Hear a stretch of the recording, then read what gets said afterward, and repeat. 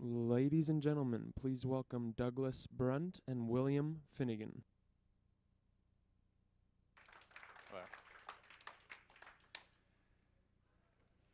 Thanks for having us. Very excited to be interviewing Bill. I have my own copy here, which I will be out with all of you trying to get it signed after this. This is a first edition, first printing, so I was an early reader and an early fan of the book. Bill, you are maybe best known as an award-winning international journalist covering extensively things like immigration and Mexican drug cartels and politics.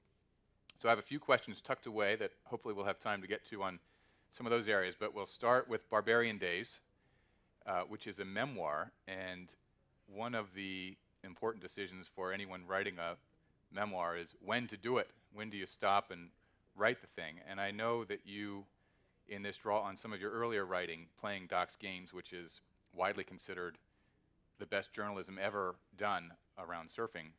But was there a moment for you when you felt, now is the time, I've got to get this crazy life story down on paper? Thank you all very much for coming out, and thanks for that introduction, that question. There was a moment, but it wasn't, now I've got to get this down on paper. I sort of backed into this, actually. As Doug mentioned, I primarily write about politics, and at the New Yorker magazine. I've been there since the 80s. But when I was freelancing in the early 80s, I was living in San Francisco, surfing, writing, and I submitted my first little thing to the New Yorker, sort of on the back of another assignment in Central America, just a short political piece, which they bought, and I was sort of thrilled to break in there, even in this small way. And someone in the editor's office said, "You've got the editor's attention right now. You know, if you want to write something longer for us, this is a good time to propose it." And I did, but I had no ideas, and I felt like, you know, I've had 30 seconds, and I tried to think of something, and all I could think of was a profile of this guy I was surfing with at the time in San Francisco, this kind of larger-than-life, big wave surfer, larger-than-life physician, kind of a smart guy and compelling figure, and I could kind of see him. I don't know if people know John McPhee's work, but I could see him as a McPhee hero, this like brilliant outdoorsman and very colorful, and this weird, you know, in San Francisco, cold water, big waves. It was all kind of against the grain, and so I proposed that, is all I could think of, and I got the assignment. So that was the moment which suddenly I have to write about surfing, and this was in the 80s, and I was suddenly profoundly ambivalent about that. I mean, I was just kind of making my way as a political writer, and it took me 7 years to write that piece. I missed a couple of deadlines in there. And I moved to New York in the meantime, and just, I really wasn't sure I wanted to come out of the closet as a surfer.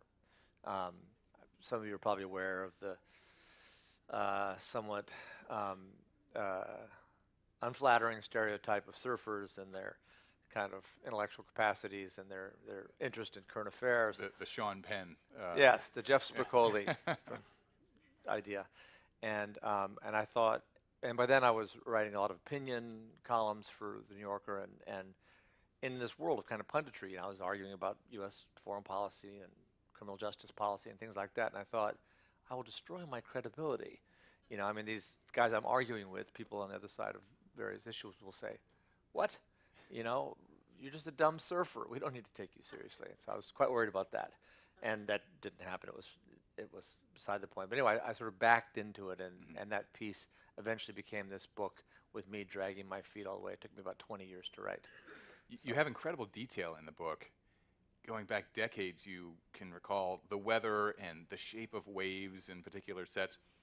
Did you have a trove of letters or surfing diaries that you used to pull up some of those historical moments in your life? I did. I kept extensive journals when I was young. I wish I still did. But they weren't surfing journals. In fact, they were strange. They were more, I mean, most of them were pretty useless to me. There were lots of self-lacerations, self-questioning, all about stories I was working on, and you know, girls who were breaking my heart, whatever, stuff that was of no interest decades later. And the surfing references were slight. Surfing was just what I did and what was there to say about it. But I was a big letter writer too when I was young, before email. And I managed to get some people kept my letters, old friends, family, and I got back troves. And those had some detailed surfing descriptions. But it's funny you should say that about the weather, the particular waves, because that was easy. I mean, I did need all this stuff, the great AIDS memoir. In fact, I got I got a box in the mail unexpectedly about 10 years ago when I was sort of working on this, but often back to my day job and not really seeing it, and as a book. And this box came in the mail from my best friend in high school, who had his mother, I guess, had kept these letters in their garage, a whole box, hundreds of handwritten pages, dozens and dozens of letters that I'd written when I was 13 and 14. I'd grown up in Southern California. We moved to Hawaii when I was 13. And I just wrote, apparently, I didn't remember writing these, but every night, all my adventures to my best friend back in California for a couple of years. And they were so rich. I mean, the writing was, abysmal, embarrassing. It was absolutely everything was bitchin'. This wave was bitchin', this girl was bitchin'. It was like, so it wasn't the writing, but it was a lot about the school I was going to in Honolulu, and a lot about the surf every day, and it was like Proust's Madeleine, I bit into this stuff, and the whole thing came back to me, and I said, ooh, this is the first chapter. So there were points at which I had tons of material to work from, but the waves, the weather, there are certain waves, certain days, and when surfers talk, they bore non-surfers to death, but often they'll say, and it was when the wind clocks around a little bit, and this is someplace in Australia you've never been, but it's of great interest. I mean, that stuff's I don't know if ineffable is the word, it's unforgettable. It's almost like how golfers can recall the shots and conditions on the entire 18. I could never keep track of any of that, but some can. One remarkable thing about the book was how broad the appeal was in the reception. And I have a number of friends. I've dabbled in surfing. I have a number of friends who are real hardcore surfing enthusiasts. And that community loved the book. They thought you captured the grace and the elegance of the sport and the spiritual nature of the sport. And somehow, without losing that niche enthusiast audience, you managed to reach the people who have never paddled out on a surfboard at all and give them that same access to the grace and the elegance and the spiritual nature of the sport and an understanding of that. When you sat down to write the book as a tactical approach in writing it, did you think about these different audiences and how to reach them? Oh yeah, it comes with this territory completely. The technical challenge of it's very much addressed to the general reader of this book, of sort of helping people who don't know anything about surfing picture. I mean, not so much of the book takes place in the water actually, but there are plenty of surfing scenes, and so I actually had a couple of readers, my wife primarily, who has no interest in surfing, reading for this for me, like reading drafts and saying if there's flag anything in here that's not perfectly clear to you, any surfing terms, or because surfing has its own language, its own kind of tribal dialect to describe the jargon, the technical descriptions of surfing, and so she would flag all kinds of stuff. Don't know what this means. Don't know what this means. And so I would go back and try and explain each term as it came up without being too tedious about it and losing surfers, for instance, as readers. Some of it was really frustrating. Though, would be stuff like, how can you not channel? How can you not understand channel? That's not even a surfing term. It's deep water. And she said, I don't understand it. Channel, I can't, a channel, place where deep water, no waves break. And so that was quite helpful. That's the sort of technical part. But then generally, that sort of drops away in the course of the book. And I think a fair number of readers, not surfers, kind of get a kick out of being schooled in something, learning about something, and till eventually that drops away, and I'll tell surf stories in the book, more or less in the language I would just naturally use, no explanation. And people kind of get a kick out of that. They're being respected, and you're only sort of told once what these things mean, and then I expect you to remember it, and now, and you can feel it's in its own, in this language, it's got real kind of a tactility and immediacy that, you know, this is how this is described by people who spend their whole lives analyzing the ocean, analyzing waves and what you can do on them. So it was very much a conscious project, this crossing that divide. One of the interesting things for this book, too, I know it's a bit of a debate whether surfing is even described as a sport or not, but it is different from, if we can go with sport for the purposes of this question, it's different from other sports, with the exception of, you know, surf competitions here and there. You're not competing against another person or another team. It's you out in nature, and you're sort of working with or against nature in a kind of dance, and there is literal mortal danger out there. As we were discussing this morning, maybe rock climbing is something that has some common elements with surfing in that way, but you have passages in here where you nearly die, a number of them. You know, you're either almost cut to ribbons by a reef, or you're stuck out in the water in the dark and freezing cold, or simply nearly drowned by a massive wave. And I finished reading those passages, and I think, well, clearly he's not going back out there again. You know. And yet you do, and real hardcore surfers do. What is it in the mentality of a hardcore surfer that is different from all the scared people like me? I don't know. I think there probably are surfers who have close calls and walk away. I've never known one. I've never known a surfer who hasn't had close calls. I mean, I know people who've, I think I described in there at one point in San Francisco, those big waves. Guy I surfed with there had a really close call one day. And that was one of the reasons I left San Francisco for New York, actually. It was every winter, there was at least one incident where you really thought you were going to drown. And I would come in, and my then girlfriend would say, you know, you're out of your mind. We got to leave. You are going to drown out here. And we moved to New York. But a friend there who had a real close call and just like went to bed for 3 months. He just kind of curled up, and that was completely understandable if you'd been there that day and seen how close it was. So one does have those reactions, but I don't, at least in my case and in most serious surfers, it is in you to do. And it's, you may turn it down a little bit and take fewer chances. But the idea of just quitting never really occurred to me. And I'm not a big wave surfer. I mean, I surf sort of near my limit or at my limit, and I like to do that. But that my limit's not at all what a big wave surfer's limit might be. And there's a moment in the book where I have one of the 2 or 3 worst experiences I've had in the water, like moments where I thought, this is it. And that was in Madeira, a Portuguese island.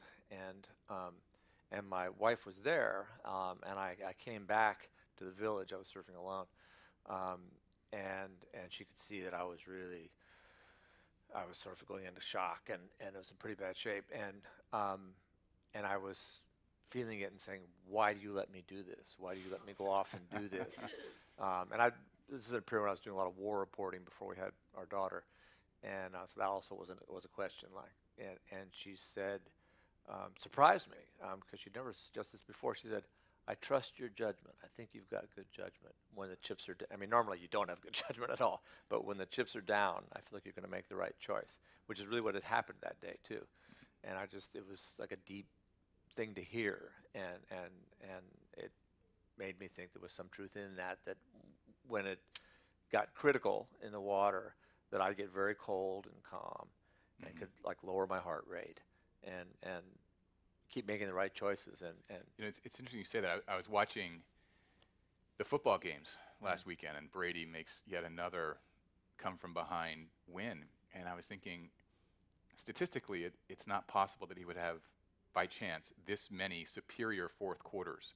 Clearly he has some mental edge, and maybe there's some kind of connection to his lowering his heart rate and being, when everyone else is tight in the moments, it's advantage Brady because he's calm and lowering as you are in perilous situations. I don't know that I'm particularly good at that, but it makes all the difference. And the fact that I had a funny replay of right toward the end of this story, a couple of years ago in Hawaii, just before I finished the book, I did something really stupid and got into a scary situation in big waves, and was really desperate for a couple of waves, and I found myself actually saying, please, please, please, I have a daughter, sort of thing, really bad, and swearing I will never do this again if you just let me get out of this.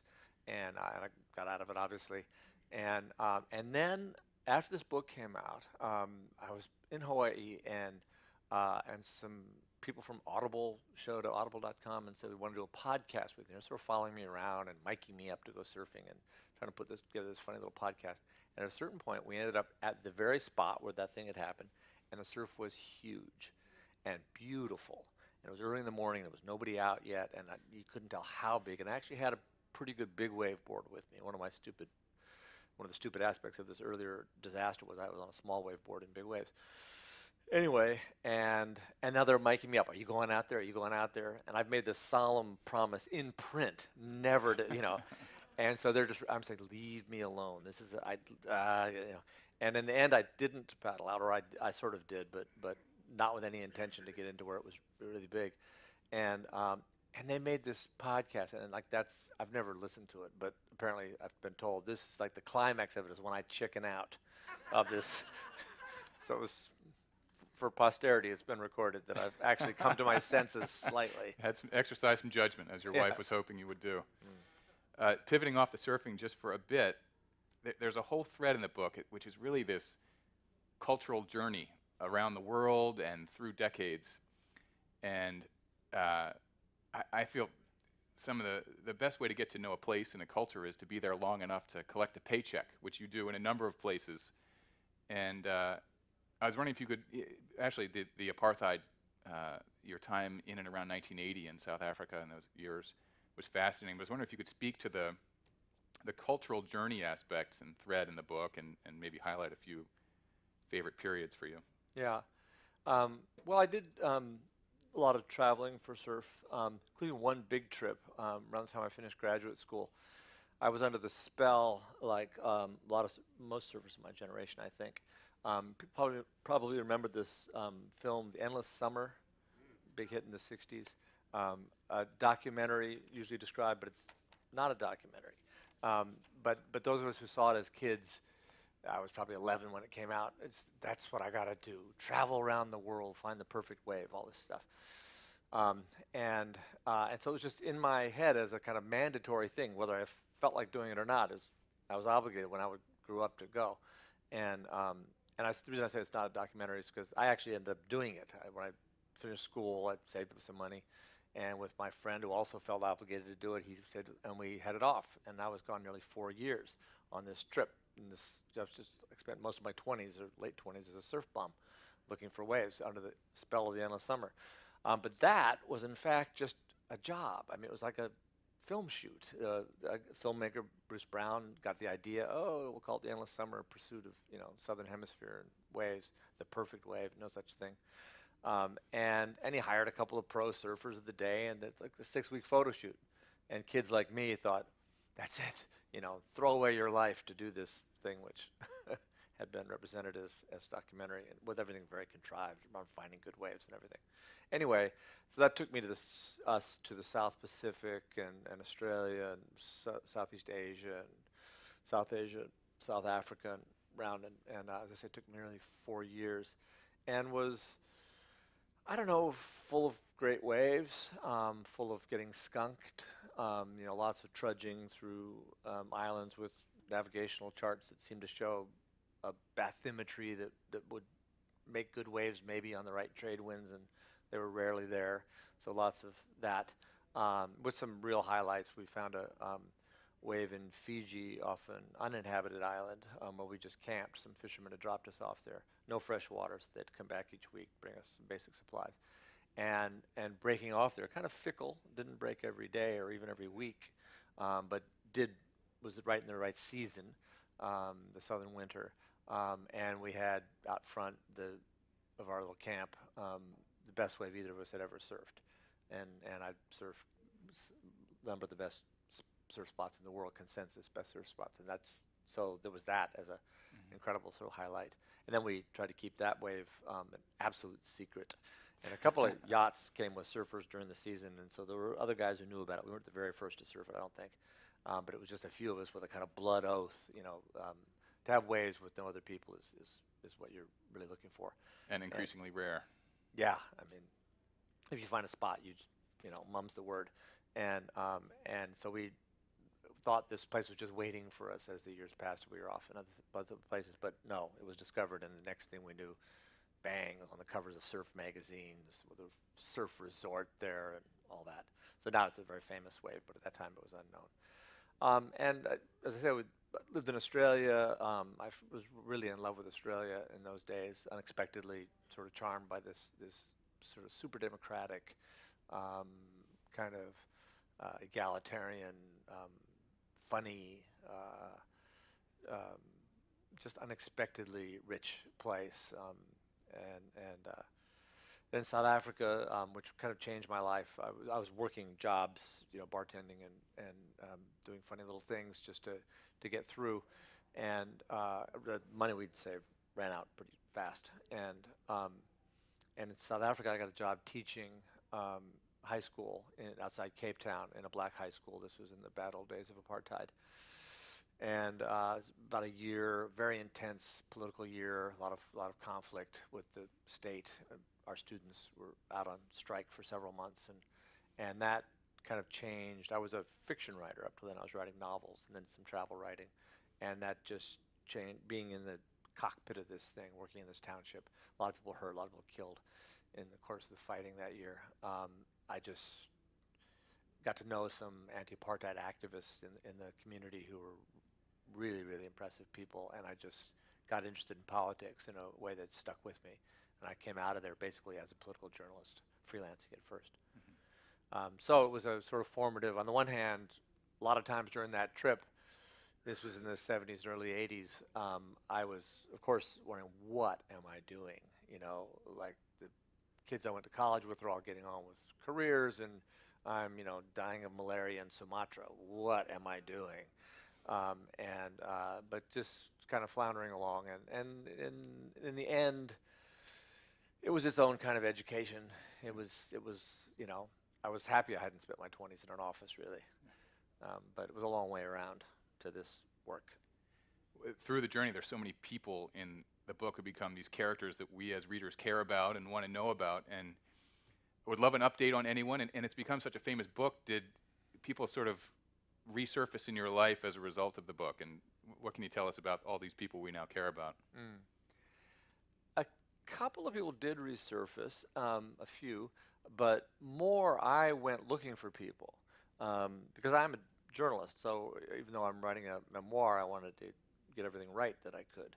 So I went back and found people I was going to write about, or people who had been there for a given experience or adventure, and would interview them and get their recollection of the same thing.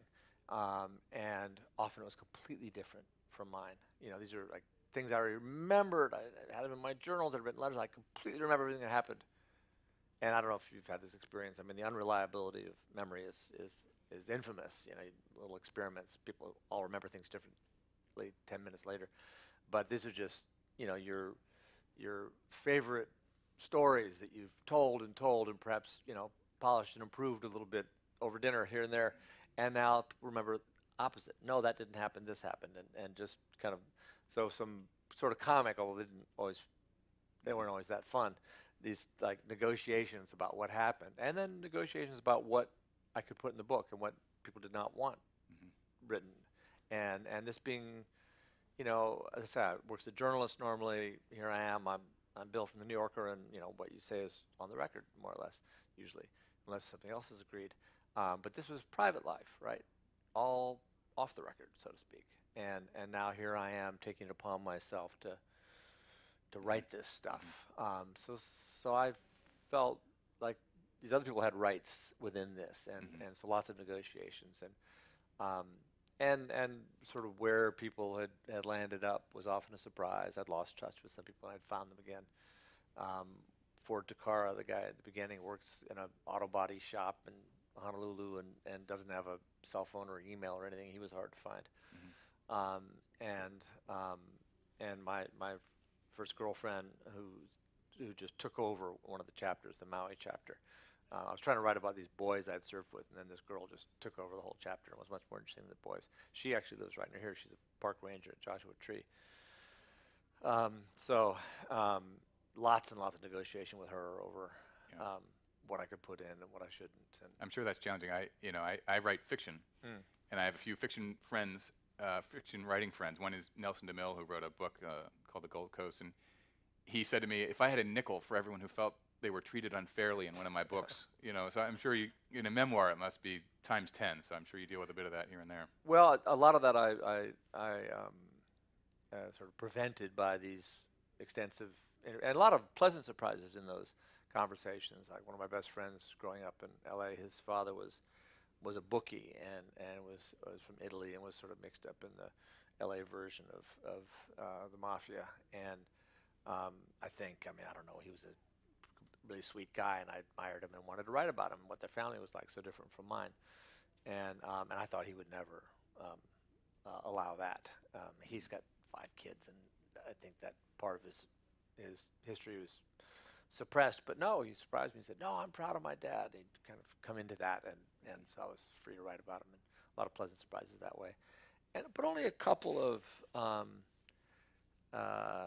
one old girlfriend who was unhappy with her depiction. I mean, I was going to say I did my best, but I could have done better. Use the good side in the photo. Yeah, I don't know if I ever could have got it right for her purposes. There's a photographer, actually, the guy he was a professional surf photographer, and you can't really see it, but this photo we use as a frontispiece. He took on a trip in Java in Indonesia. I managed to find him and get permission to use that photo. Okay, great. And it was only after the book had gone to press that I realized, oh my God, that guy now is alerted to the book. He'll get free copies, etc. He appears most unflatteringly in here on this little expedition into the bush in East Java.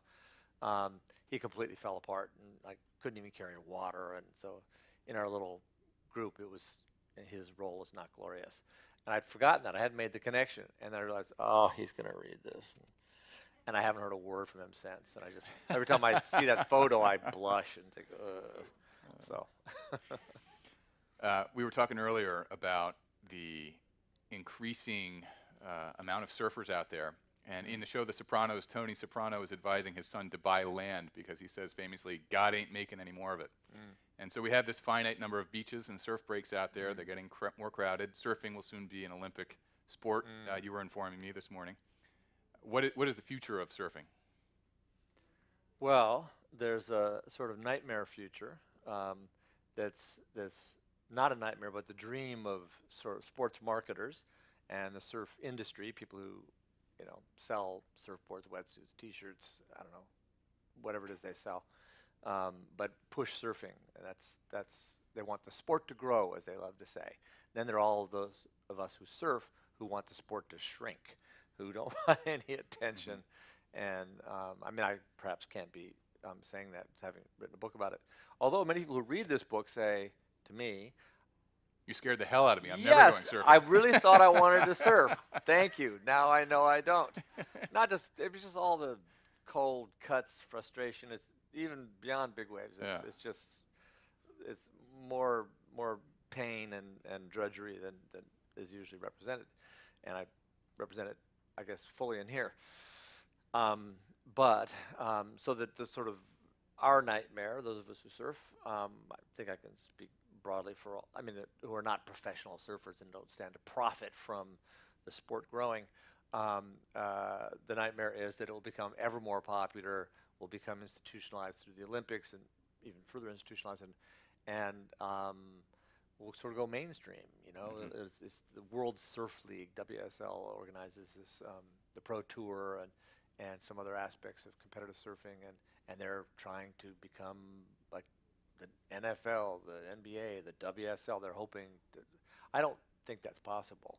Not because of the difficulty of surfing, but just how boring surfing is to watch. It's really hard to imagine how, although artificial waves are coming along, There's a surf pool, a wave pool up here in Central California. Actually, it's been developed. Is a huge leap in that technology, and is sort of it's a game changer, as they say, for surfing. Probably this wave is really something. This is the perfect wave because it comes out of a machine. It's the same every time. They can program it. It's really so that will perhaps create almost another evolutionary branch in surfing. There's ocean surfing in this thing. I don't know, but as I said, the nightmare is mass marketing, more commercialization, more attention, more crowds in the water, less sort of wild nature and you. What are you working on now? Are you fully back to the day job, or is there going to be another sort of book form effort from you? I have always tried to take some time from my job and write books, more journalistic, my other ones, than this one. And I think I will, I'm back working for the New Yorker, but I am also working on another memoir. So this is kind of my new way of thinking about books. This one's going to be about a few years that I spent to make the money for both graduate school and that big surf odyssey I went on. I worked for a few years as a brakeman on the railroad here in California, on the Southern Pacific, and it was a really interesting time in my life, interesting period. I loved the railroad, and so I'm going to write about being a brakeman on the railroad. Right. Excellent. So I would love to pivot to a question on politics because it's 2018 and we have to do that.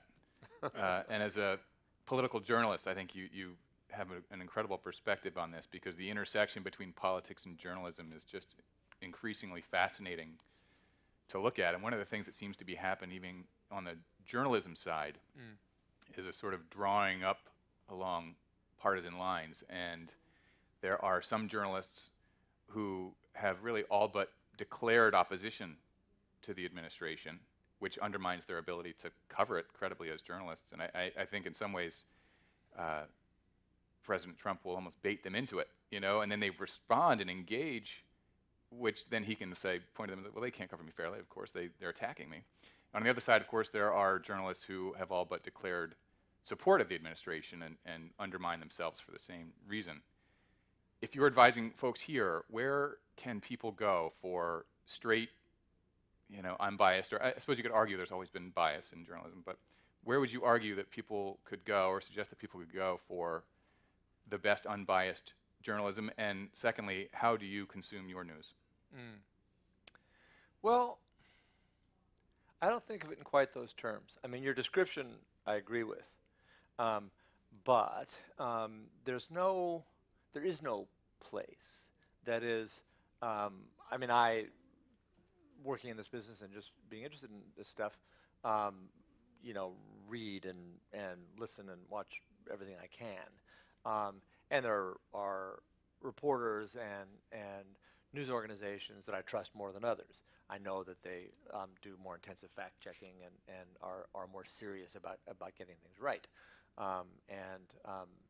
And yet, at the New Yorker, we have a sort of famous fact-checking department that really, really bears down on everything. We try to make no mistakes. It's impossible, but I think we've been kind of led the way in that over time. And yet, I don't think you can find a pro-Trump piece in our magazine. So it's not a question of like getting the facts right. And I actually struggle with this a little bit myself because I write opinion pieces, and I also do reporting. And once upon a time, the opinion pieces were unsigned, but for many years they've been signed. And so I've, passionately argued this or that, or been passionately critical of this administration, for instance, in print, and then I do reporting that goes in and out of this. But it's, my last big piece was a profile of a federal prosecutor who's now on Mueller's team, one of his investigators. She was drummed out of her job by Sessions and Trump, and she's a fascinating person who's done some of the most interesting counterterror work over time. She's at Eastern District, Brooklyn, over the last 10, 12 years. She's done a bunch of big terror trials, won every single one. Pakistani Muslim descent, interesting family, just fascinating person.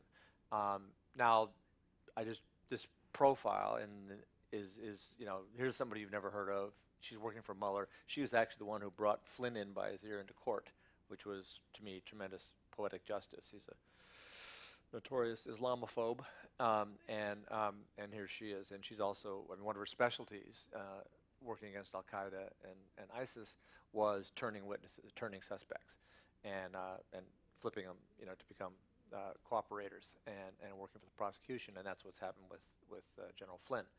And I don't know if she, I'm not talking to her these days because this is what it is, but I don't know how much she was part of that, but may well have been. He's flipped. So this profile of her, which ran maybe 6-8 months ago, 9 months ago, was about her work, and which was kind of geared to creating the criminal justice alternative to Guantanamo, which the whole Justice Department, Obama came in saying, I'm going to close Guantanamo, and failed. But she was part of that effort, and it's a very positive sort of profile.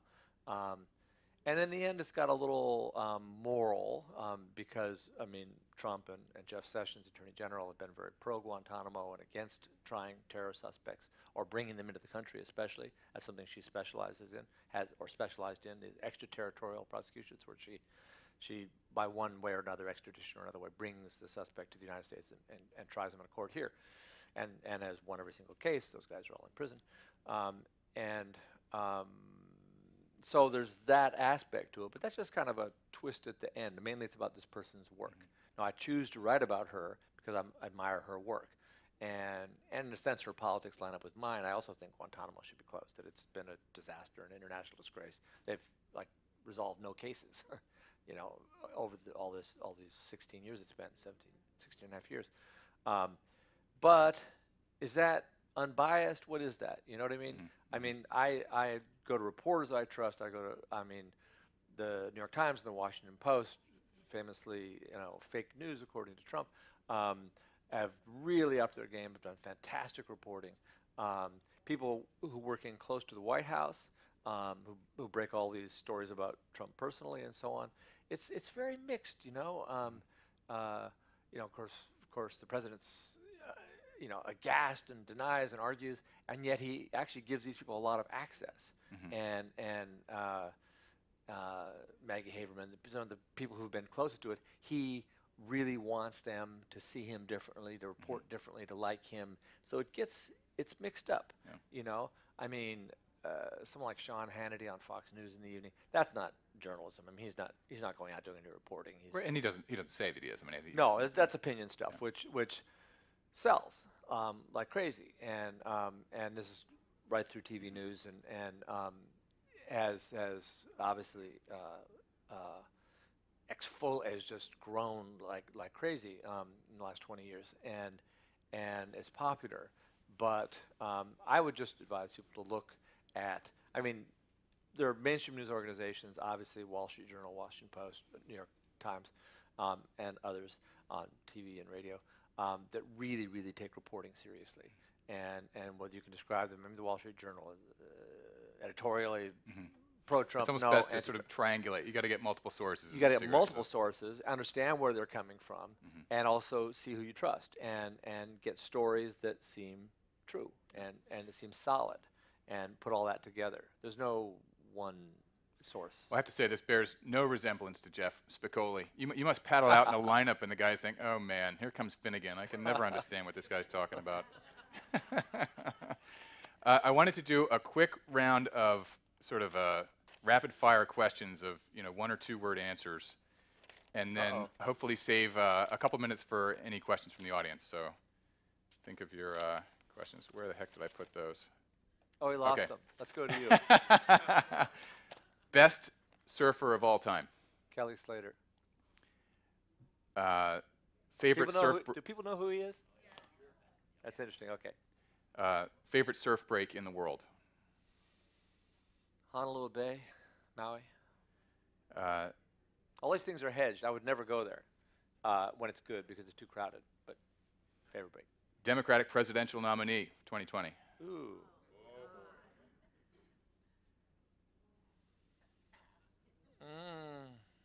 I mean, a real prediction?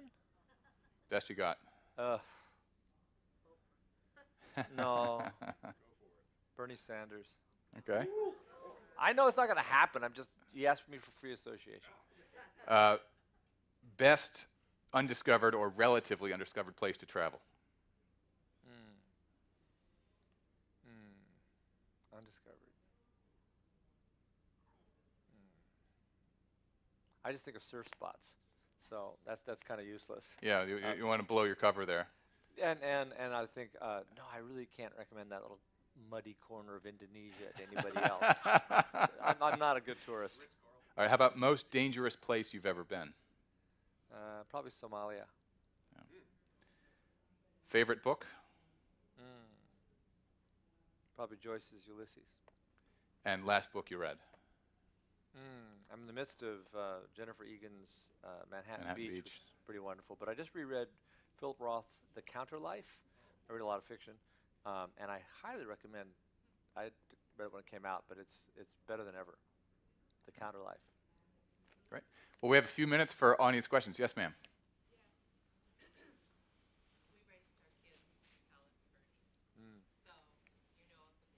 Sure. And I've not read your book, but my son just finished it for his book club, which is based in Palos Verdes. Okay. By the way, I've been instructed to repeat the question when it's done, so I'm going to do that for the tape. And my question is, did you read the book Inside the FBI So by Norm Olstead? the question is, did you read the book Inside the FBI by Norm Olstead? Answer is no. It's from a long time ago, and what brought the question up for me is that when you talked about your career and then coupling that with surfing, and he wrote about being in the FBI and his whole other life of constant surfing. So I recommend it to you. You can Okay. only get it through used books, Okay. but you'll get a kick out of it, and it could influence how you write your next book. So you see, there's more to surfers than meets the eye. They're not all Spicoli. Some are FBI agents. I'm amazed. I'm amazed. Yes, ma'am. Thank you. Well, the La Quinta City chose this as one of their chapter books. Oh. Loved it, but they all had a question, me especially. Why did you start chapter 1 in 1966-67, and then you went back in time and caught us up? So the question is, why did you start in 66 and 67 with the book and then go back in time to catch up? That's what my publisher wanted to know. Why does this book start twice? And I fiddled with making it chronological, sort of the way the editor was suggesting. But it just laid there, the opening. You know, I was born. I mean, it just wasn't working. And my first, no, none of that was, the super conventional autobiographical opening wasn't working. And I mentioned this box of letters I got from a certain period of my adolescence that just felt somehow in long form writing, book writing, or a lot of my pieces for the New Yorker are very long narrative pieces, 20, 40, tens of thousands of words. You have to build both kind of logically, like it was a building, like an architect putting in a foundation where things are going to stay up, but also intuitively, does this feel like the foundation for something big, for something long? Will it all rest on here, and will this help it arc to an end point that will satisfy aesthetically and narratively, and this opening where the book starts with I'm in school in the 8th grade in Hawaii, and I'm getting beat up, and it's kind of this rough new environment, and that just felt like this is where this story begins. I can grab readers, they don't sort of know what's going to happen next. Surfing comes in from the side, and it's kind of a refuge from this tough life I'm having on land briefly before I joined a little gang, and they had my back. But it just felt like the right place to start. And then by the end of that Hawaii chapter, it seemed like I should fill in. I was going to, sort of then we moved back to California. I was going to take the story to California, where a lot of my surfing life and a lot of my life period as a kid and young person took place. And so I thought I could sweep backwards then. And as I said, my editor didn't really agree. But a fair number of readers have said, I know why you started it there in Hawaii. You know, there you were, a fish out of water, trying to understand local customs. That's just how that's been your professional life, you know, landing in some conflict zone and trying to figure it out and relay it to your readers. That's why you started there. No, actually, it just felt right, but it had also a certain symmetry. So we have this thing up here that's like an NBA shot clock. Oh, and yeah. It's showing us overtime by 30 seconds. But thank you all so much for coming. Thank you for coming. I think we are signing, you're signing books after this somewhere. I'm not sure where. Okay. Thank you.